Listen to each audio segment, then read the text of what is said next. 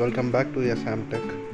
இந்த வீடியோவில் நம்ம எதை பற்றி பார்க்க போகிறோம் அப்படின்னா எப்படி நம்ம OneUI 7 6க்கு டவுன்லோட் பண்ண ஃபர்ஸ்ட் ஸ்டெப், அதாவது ஃபிலிம்வேர் டவுன்லோட் பண்ணி ஓடின் டூல் மூலமாக எப்படி கான்ஃபிகர் பண்ணுறதுன்னு பார்க்கலாம்.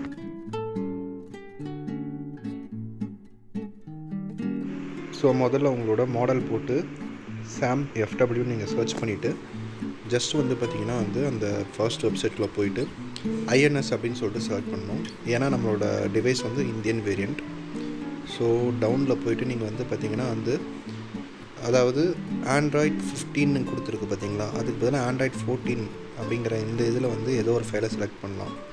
ஸோ இங்கே நமக்கு பைனரி வெர்ஷன் 8 சேமாக இருக்கிறனால நம்ம அந்த 8ங்கிற வெர்ஷனுக்கு டவுன்கிரேட் பண்ண முடியும்.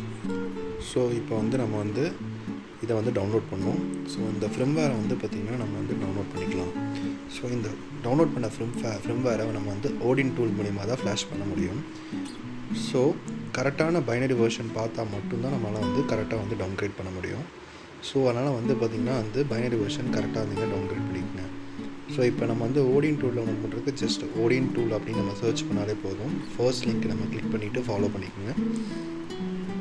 ஸோ இதில் நம்ம என்ன பண்ணணும் அப்படின்னா கீழே ஸ்க்ரோல் பண்ணி லேட்டஸ்ட் வெர்ஷன் டவுன்லோட் பண்ணுங்க. இல்லை 3.1.13.1 இந்த வெர்ஷன் பார்த்திங்கன்னா ஒரு மாதிரி ஸ்டேபிளான வெர்ஷன்.